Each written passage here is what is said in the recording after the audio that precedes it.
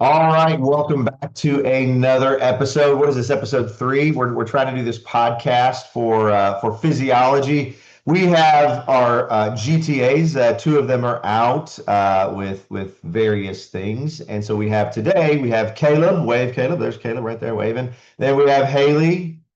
We have Nadeem. And we have Hunter. Very good, very good. So they're going to be joining us today in this podcast. So the point of this podcast is to talk about physiology, to explore areas in physiology, what happened in history in physiology, current events in physiology, and then go over some concepts so that we can have this not just be a podcast where we talk about it, but that it can actually be helpful in explaining concepts and ideas to you all. But we want to throw a little bit of fun in there as well. As you can see, I've got the Starship Enterprise behind me, and some good old bifocals on my bridge right here. So we're having a little bit of fun with it and playing around. But today, as I mentioned, we are going to be going over several things. We have a couple of days until class starts. This is fall of 2025. Today is August the 15th. Classes start on Monday the 18th. So we wanted to review a couple of things with you all real quick. Number one is because this is an online program, an online master's in physiology program here at the University of Louisville. We wanted to make sure that you have a computer that will function. So if you're still rocking that old 1989, Apple computer or Microsoft, IBM, whatever it is, right? Maybe it's time to upgrade. I'm not saying you have to, but maybe it's time to get something a little more up to date. There are some recommended settings which you can, and computer specs, that's hardware, that we would recommend that you have. You can find those on Blackboard under Start here. And if it's not there right now, we will have it there in the next 24 hours for you all to kind of look at and get, to look at some of the hardware specifications. But realize this is an online program. The entire way that you're going to be communicating with us, experiencing the material, going through it, and learning is on the computer, right? So you want to get something that is more than an iPad mini, right? That's not gonna work for everything. Now, can you go through some of the content on an iPad mini? Sure you can. You can do it on your smartphone, but in order to really get immersed in the learning experience, it is beneficial to have a larger screen, whether you get a desktop or a laptop. And it doesn't have to be name brand, right? If you need any help, please reach out to your designated GTA, and they will be more than happy to probably kick the can up to me and not do their job and just pawn it off on Dr. B, because I need a fireman's hat is what I need. I put out fires left, right. No, I'm just kidding. The GTAs are fantastic. I'm an old boomer, and that's what they call me. I don't know what it means, but apparently I'm a boomer.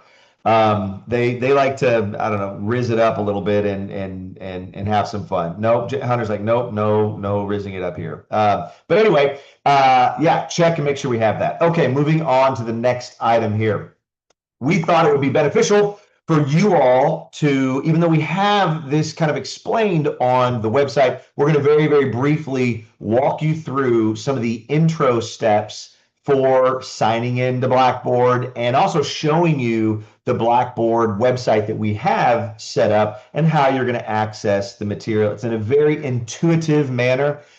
So training probably isn't all that necessary, but in case it is, it's been a while maybe since you have done an asynchronous online course, we are going to briefly show you how it's done. So with that introduction, we're gonna hand it off to Miss Haley Morrow, the GTA who is working the Sonic the Hedgehog hashtag 1994. Is that what it is? 1994? That's Yeah, awesome. I That's got it on awesome. All clearance at right. Old Navy. Haley, take it away. Okay, I need to share my screen. Yes, Sure, share, that'd be helpful. access Blackboard. And it's gonna have you sign in with all your U of L stuff. Notice Dr. B likes to use my computer, but we're Yeah, I gonna forgot use my account. today. My bad, Haley. My bad. You can hit that you want to stay signed in. It's never gonna let you stay signed in though, even if you say yes. And normally it would ask you for a duo push here. I guess since I'm already on my computer, It Hey, Haley, what's a duo push for those that don't know or unfamiliar with it? A duo push is a fantastic feature of U of L. It's an app. It's a second, what do you call it? Second authorization security thing that U of L has. It's an app you need to download and get set up, and it's just gonna, when you log in here, some numbers will pop up on your screen, and you need to go into the Duo app and type in those numbers to get in. Which it walks you through when you log in for the very first time, step by step, how to set up Duo. It's Okay, not so difficult.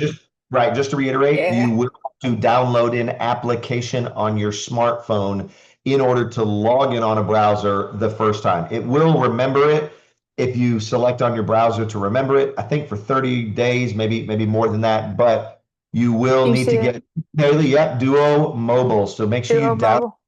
and that's how you sign in. I think what is it? Two-factor authentication, I think is the actual terminology. Yeah, I don't That know is, what I said. yeah, that's all right. It It worked was out, right? It close. worked out. If you have any All right, go issues, you ahead. can contact the help desk with that. They love getting calls about Duo issues.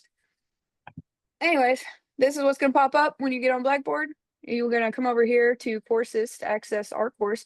If you had a message you wanted to reply to, you can see that here. You can see your grades here. Um, but we're just going to go into courses. And you should see once you're enrolled this Physiology 640-50 Fall 2025 course. Mine's at the top because I have it starred. You can't, I don't know if you can see it over So here. what does start mean? Yeah. So yeah, so you can, So like all these classes I've taken, if I wanted to see a certain one, you can come over here and just click the star and it'll show up on your favorites up here. So you don't have to scroll forever to try to find it. Um, you can see I've taken a lot of classes. Anyways, did when you you click just in say, your, Haley, was that a just, I'm pretty much awesome? Is that what you just said? Translation? no, that was That I'm miserable and I've done too much. was that, I love physiology, I think, Uh, right? yeah, that's what it was. Uh, okay. So now you're in the course. This is what you're gonna see. I'm not sure what these are, but they look cool. And you'll Neurons, see maybe? maybe, maybe. Um, Up at the top, anytime any of the GTAs or Dr. B sends out an announcement for the course, they will show up here. There have been none yet because class has not started yet, but you can also see your grades up here. Um, I do not have any grades yet, but what you want to do first is go into the Start Here module. And a lot of you already have, but if you haven't, take a look at this Welcome module. When you click this, it will open in a new tab for you. And you can see lots of wonderful things about the course there. I'm not going to go through it. I'll save that for you guys. Um, you can also see the syllabus here if you click this, which is very helpful. Shout out to Dom, who's not here. Any questions you have about grading, things like that, all the instructor GTA information is in here. So it's a good tool to maybe download and keep on your computer. The computer requirements, all that good stuff.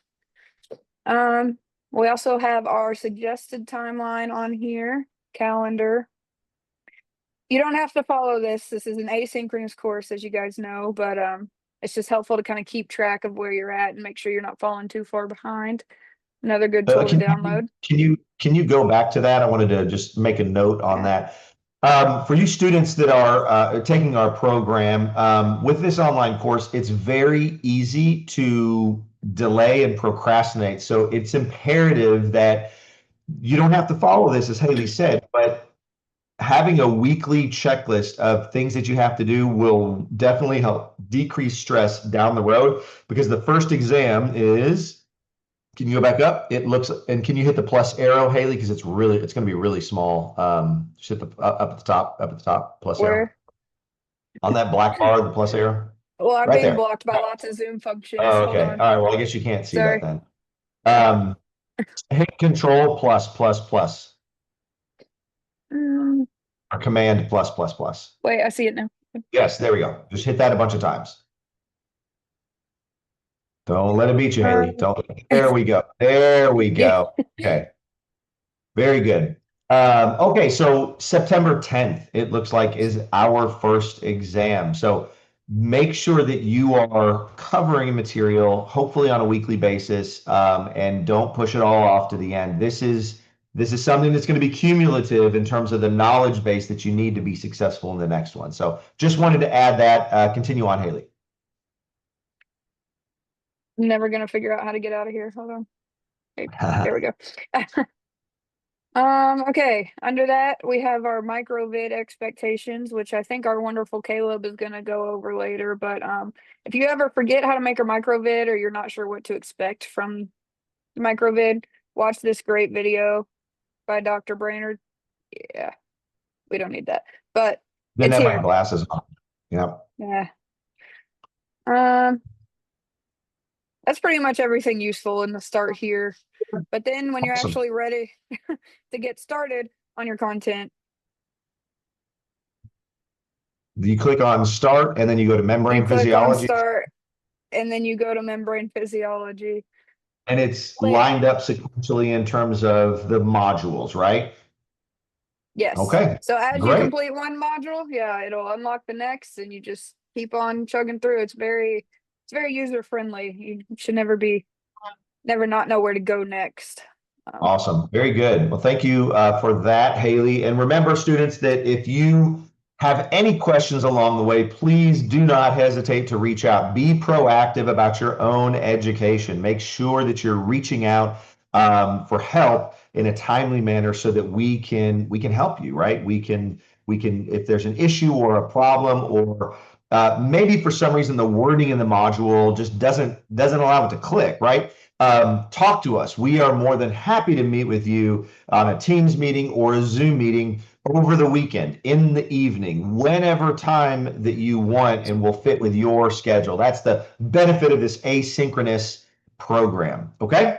All right. Well, thank you so much, Haley. Let's give her a round of applause. Good job. Little golf clap. There it is. There it is. Hunter doesn't care though. He's not clapping. He doesn't really care. Okay, so we got the next one up on my the handy dandy list here. We have Caleb. He's not going to show us a micro vid, but he's going to tell us. And Caleb, you could just talk to the to the camera here. What is a micro vid, and why are they important, and how are we using them in our curriculum? And do students have to make any? Yeah, for sure. So first and foremost, microvid. When you're going through your online modules, the first microvid that you will see will be at the very end of neurophysiology. Before then, you'll see some other kind of summary videos. But what a micro video is it's a summary video that is made like in a face-to-face kind of interaction, or as much as we can get online. So, for instance, you will see me on the corner of the screen in a note drive, like a Microsoft OneNote drive, and it's like when a professor is explaining you something in office hours. So you'll see me, I'll be like, "Hey, my name's Caleb, and I'm going to go over the very important parts that are going to be taking place in your modules." So you'll see them not only in neurophys, but you'll see them also a lot throughout your muscle physiology in 640. And so a micro video is just kind of a summary compilation video that's very much more vocal interaction and understanding. So as for will students make any, you'll have opportunities where you will be making micro videos. So that's why we do have that microvid tutorial from Dr. B. You'll be making them in different courses. So not only just throughout the physiology courses, but also in your electives, there might be chances to make microvids. But it's just a way not only to help further your understanding by making them, because the best way to learn is to teach or be able to explain it in a way other people can understand. But it's also a way where, if you make a really good microvid, the professor or maybe one of us GTAs will be like, "Hey, so and so made a really good video that explains it really well from the perspective of somebody who just learned it." So that's kind of what a microvid is just a way that we can learn together on an online community. Awesome. Very good. Thank you, Caleb. Yeah, that's essentially the concept of these microvids. It's nothing new or unique, but what I saw was that students when they were taking face-to-face courses, they oftentimes didn't want to go back through and listen to the entire lecture of the course. And so I said, wouldn't it be cool, instead of chopping up that lecture and putting it into little, little videos of the same one, I said, wouldn't it be cool if we could create a little microvid library where we went over the concepts that students needed most or struggled with most, and created little videos just of that one concept, right? Not messing with any other, 3 or 4 or 5 concepts, because then it gets a little bit too confusing, but just that one main concept, so that it could help students where they needed help the most, and they could select kind of what they wanted. So that's the whole premise behind a microvid. So thank you so much, Caleb. That is awesome.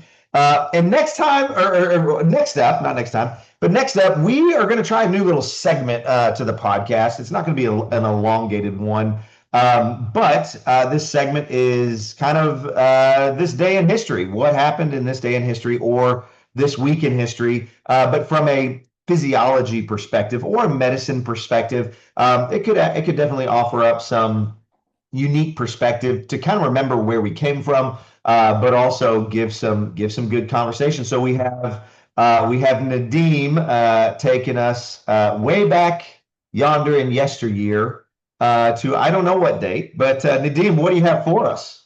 August 15, 1896. That's when Gertie Corey was born. She, with the help of her husband, were actually able to discover the Corey cycle. And if you don't know what the Corey cycle is, you will know, I promise you, by the end of this program. And if you ever want to go into anything to do with medicine, you will have to know the Corey cycle. You will have to understand it in and out, memorize everything about it. It's when your body produces lactate, and then the liver takes that lactate and actually makes glucose out of it. It's a very interesting way of how your body recycles things that can be harmful to you into things that you can actually benefit from. You'll know it, I promise you. It's just going to be part of you by the end of this course. And if you ever go into anything, related to medicine.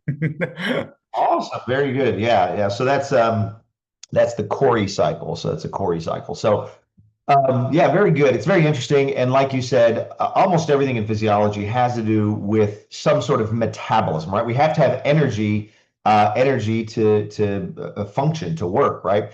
Another fun fact back in yesteryear, maybe not so much physiology related, but where is this? Panama City was founded this week, back in 1519 by Spanish conquistador Pedro Arias Davila. So yeah, that's definitely a fun fact we'll never ever forget. But yeah, anything else, Nadim?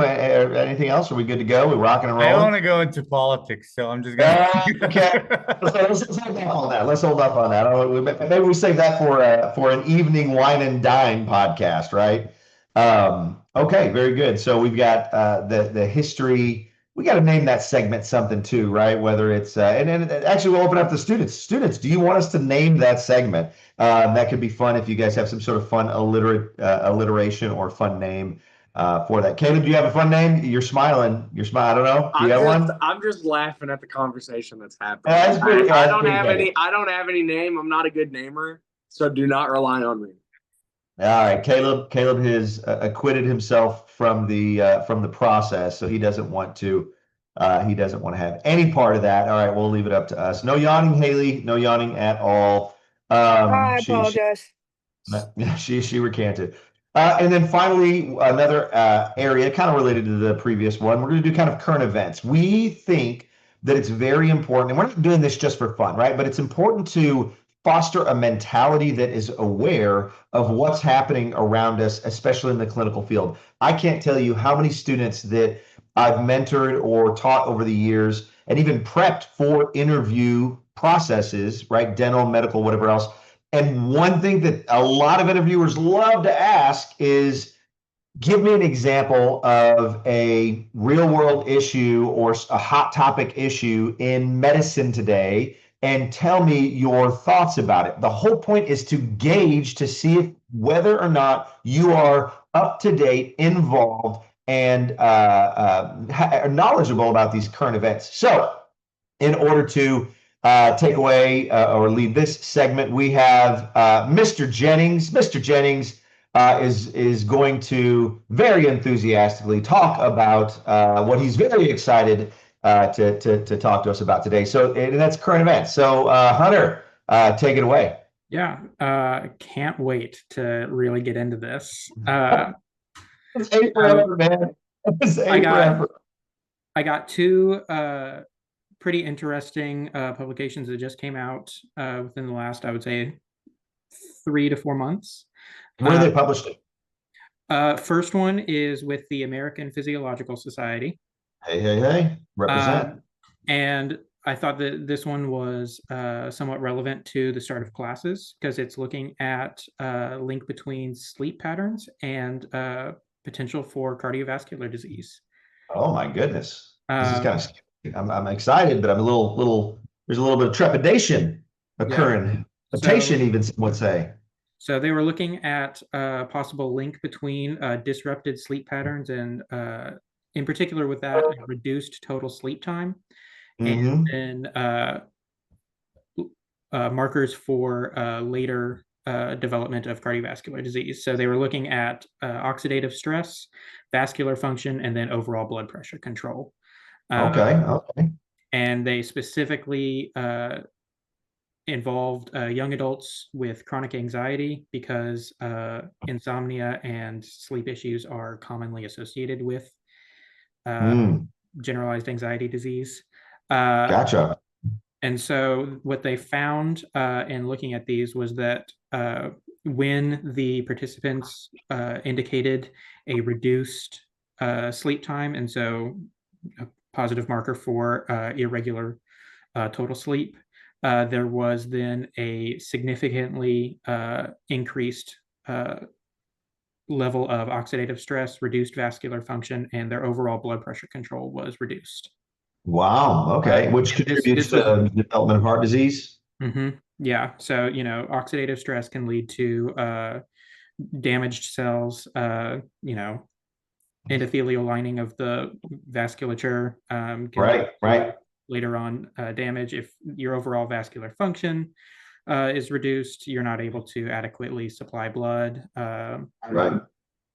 to various areas, especially then in the heart, which is a very metabolically demanding area. Yeah, and it can't stop, right? You need it to go even when you're sleeping, right? It needs to continue to do its job all the time forever. And when it doesn't, that's when we expire, right?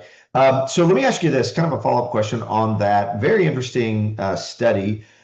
Was there a threshold limit? Because I'm thinking, all right, how many hours of sleep do I need to get to not have the high risk factors for development of heart disease? Did that paper or manuscript look at any of those? And if you are able to share your screen with, just so we can see the manuscript title, I think that could be helpful for our students in case they wanted to look it up. Or you can just tell us the title. You can read it, whatever you are able to do. Can y'all see that? It's loading up on my screen. There we go. Okay, great. Yeah, I see this. Awesome. So exploring the link between sleep patterns and early cardiovascular disease markers in young adults with chronic anxiety. This is really interesting because I do feel like, and I'd love for the other GTAs to chime in here, I do feel like that anxiety, either it's getting a lot more press time than what it used to get, say 20 years ago, and a lot more attention, or it's become a new issue in the past, not a new issue, but a more prominent issue in the past 20 years. What are your all's thoughts on that? Haley, Nadeem, Caleb, and then Hunter. What are your all's thoughts on that? I think it's definitely just drawing more attention. Now, I feel like it's one of those things that's always been there. It's just people never wanted to talk about it because there was such a bad stigma around mental health. And now people are willing to talk about it and get treatment for it. And, therapy is a lot more popular of a thing than it used to be. And so now people are studying it since it's being talked about. And gotcha. So far, the farmer down the road, Farmer Joe, we're gonna call him Farmer Joe, says, I think these new age yuppies are just not like grit, right? They need to get a little more hard skinned or something like that. So you would say to Farmer Joe, I think that if Farmer Joe accidentally overslept and didn't get to shuck his corn on time, it would give him anxiety. He just doesn't realize that he's experiencing anxiety. I You love know, it. I love it. Yeah, yeah, very good. So if he overslept, does that mean that he'd get more sleep and have less anxiety? So how about if the wolves were trying to get a sheep or the chickens, right? Then you don't sleep, get more anxiety. That's a that's a great great thought. one. But yeah, no, that's really really good. Nadeem, what are your thoughts on this study? So yeah, I think with the pace of today's life, that's a very legitimate concern. I remember hearing or reading about this, that women in urban areas who go to hospital to deliver babies are like, I think, 50 more percent have a 50 more percent chance of choosing epidural than women who live in the countryside. Um, don't quote me on that. It's been a while since I actually read about that. But like the difference in life, I mean, like if you go out and you get stressed just because of a traffic jam, And you're you know what I saying mean?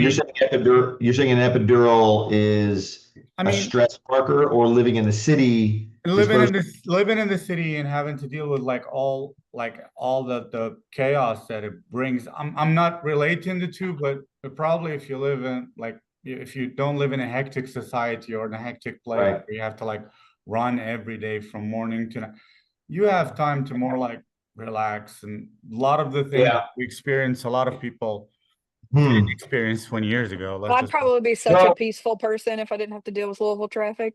is that right? Yeah, yeah. Yeah. It's got really bad at the beginning of the school year. That's interesting you bring that up, Nadeem, because this study doesn't look exactly at what you were describing, but what you're describing would be an interesting study. With this one, it seems to be that you get less sleep, or your sleep patterns are worse than whatever baseline is or whatever normal is.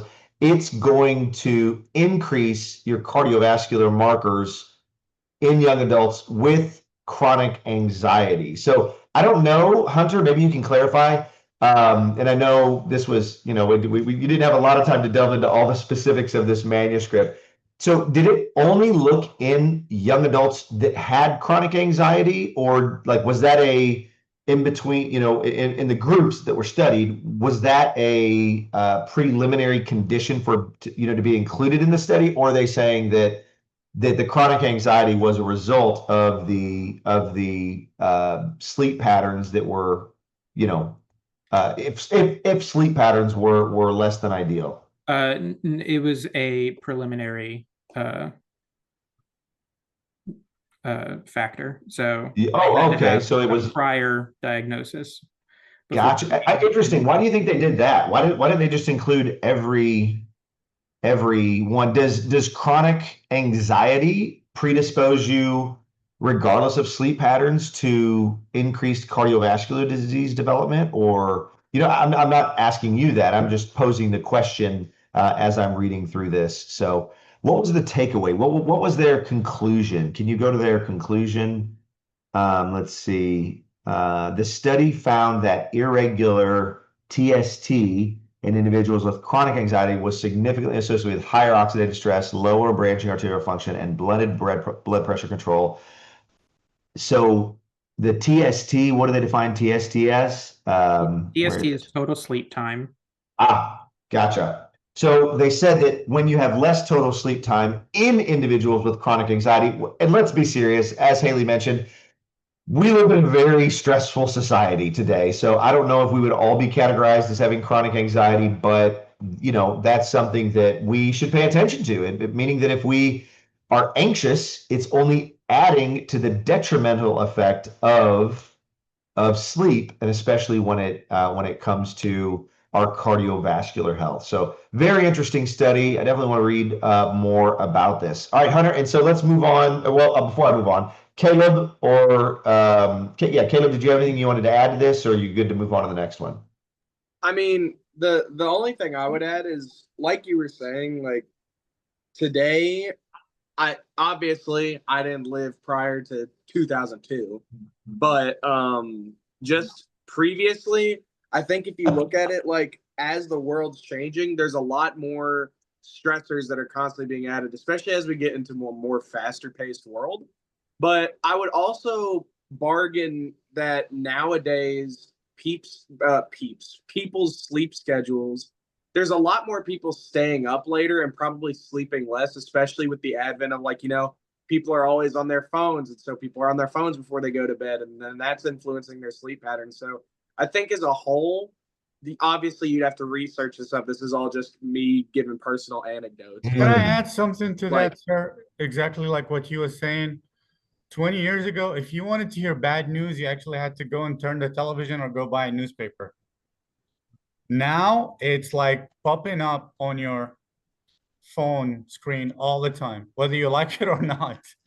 So we have a lot more to be anxious about in terms of aware because of the immediate access to information. And as Caleb was saying, that now we have the advent of the smartphone and the lighting. And if you look back, it's actually interesting. If you look back in the advent, when we transitioned from having electricity only in the metropolitan areas to where we actually brought it in our home, that is an area when we started to have a lot more light stimulation beyond what normal normal natural patterns were.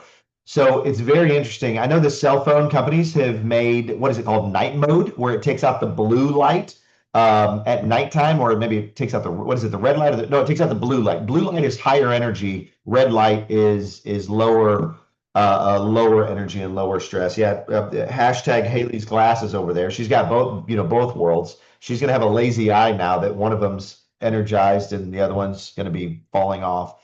But it's interesting. It's very interesting to think about. It's something to be aware of. And there's a lot more studies exploring this, looking at the quality of sleep and how long it takes you to get to sleep if you're looking at your cell phone before you go to bed. I think they recommend now putting the cell phone down almost an hour before you go to bed, which, let's be honest, nobody ever does. If anything, what do? They sit in bed and they just doom scroll, right? They just doom scroll or whatever else. But it has been shown in several studies that we'll try to throw up on Blackboard for you all, that it decreases sleep quality. So maybe that's one of the things that's contributing to the rise of cardiovascular disease in the United States. But either way, it is a very interesting topic. We would love to hear what you have to say about it. If you have any comments, don't forget to, I don't know if we can post comments. I guess this is going to get posted to YouTube or somewhere else. But if you can post a comment and you've got any studies to link, definitely link to some studies. We'd love to hear what you think about that. All right, Hunter, take us to the next study that you looked at. All right, so this one is a little bit heftier, if it will let me. There we go. It is very heavily biochemistry, but okay. One of the things that I thought was interesting about this is, so it's looking at a new possible anti-cancer drug. Okay. That is based on fungal peptide. All right. Molecules, and the proteins that they are basing it on, the fungus that is the base, is the one that was associated with, if you've ever heard of the Pharaoh's curse. So after King Tut's tomb was opened up, I think it was like 10 or 15 of the people involved in the initial unsealing of the tomb died within 5 or so years. Wow. And so people were calling it the Pharaoh's curse. But it was actually a result of this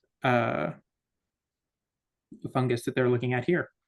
So before we get into the study and actually what's that, Hunter, do you think that was actually placed in there purposefully because the Egyptians knew that if a tomb was opened, that the people near it would be exposed to that and that would cause death? Or do you think that perhaps was just something that happened over time and it just was happenstance that was there, and that these Egyptians who opened, would you say King Tut's tomb ended up dying from? What are your thoughts on that? I think it was just something that happened to be there. It's one of the most common like mildew. Spores. Okay. Gotcha. Okay. Fungal spores. So what are they finding here? So they're finding that protein has anti-cancer properties, and is that what you're saying here? Yeah. So basically, they're looking at further possibility of natural biology based drugs, because I mean we got penicillin from fungus. That's right. And so they are looking at the possibility of this fungus. They say specifically further in which it is, but the N-terminus of this peptide has a specific function that actually prevents it from being broken down inside the cells, and so it can build up to reach more effective concentrations for it to exert its cytotoxicity. Wow. That's very, very interesting. So how do they use it to treat cancer? It says a derivative of C11 linear fatty acid achieves nanomolar anti-cancer potency comparable to that of clinically approved anti-leukemia drugs. So I'm curious as to the mechanism of action. It's inspired by the enhancement of anti-cancer activity through the N-term. So it's the N-terminus. Basically, do they go over how they figured that it's has like how does it kill the cancer is essentially what I'm asking. So what they are looking at is that these molecules themselves are just naturally cytotoxic. They okay. engineer them a little bit so that they are specific for like the leukemia. Right. Won't just attach willy-nilly to every cell that it comes into contact with. But what they are specifically looking at over here, I can jump down to here, is the pyroglutamate that's on the N-terminus. And it basically keeps the cell from breaking it down as like its natural defense mechanism. So, it goes in and it sees there's something in here that's going to hurt me. I'm going to break it down through a peptidase, but this actually makes it naturally resistant to enzyme activity. Yeah, and it looks like it was done, like these studies were done in vitro. So for those of you that don't know, there are a couple different types of study that have names associated with them. One of them is called an in vivo study. That's when you study it in an actual living live organism, right? In vivo. Vivo is life, right? So that's an in vivo study. You also have in vitro study, or in a petri dish, or a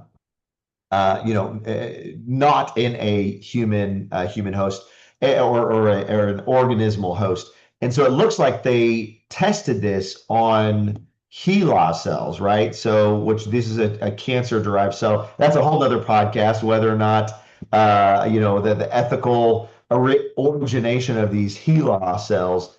And so it looks like they did them in breast cancer cells, cervical cancer cells, some of these other sort of immortal cell lines that have been around for decades, if not longer, and shown that it decreases those. So now, whether or not this applies to a living organism, we don't know, but it's very exciting and interesting, because science for science sake is exciting and interesting. One thing with physiology is that we're going to be learning the mechanisms, the why behind why certain things or how certain things occur. So very good. Any other thoughts on this from the other GTAs, or Hunter, any closing thoughts? I got something. While pyroglutamate is not actually part of the Cori cycle, but you'll find a lot of like things that are related to the Cori cycle that, like a lot of the steps where products are created or join the Cori cycle that are so important for medicine, because they can, like, depending on how that goes around the circle, or like depending on how long it takes to make such product it can actually help diagnose and cure some medicine. So Right, very good. All right, any other comments? Okay, all right, thank you for sharing your screen, Hunter. All right, so we are going to end here, right? So that's all we have. Please reach out with any questions, comments, snide remarks. Thank you for watching this episode. Don't forget to like and subscribe, and we will see you next time. As always, stay cool, stay in school, can and I don't. dance now? You interrupted the ending. No, I'm just kidding. Go ahead, Nadeem. Can I You're dance good. now? Before Oh, you Yes, can dance. Can you please. do the happy dance? But make sure it's appropriate. But you can go do the happy dance if you want. You gonna do it? I mean, we're doing, Nadeem. Yeah. Here we go. Jeez. Okay, we'll see you all next time. Bye.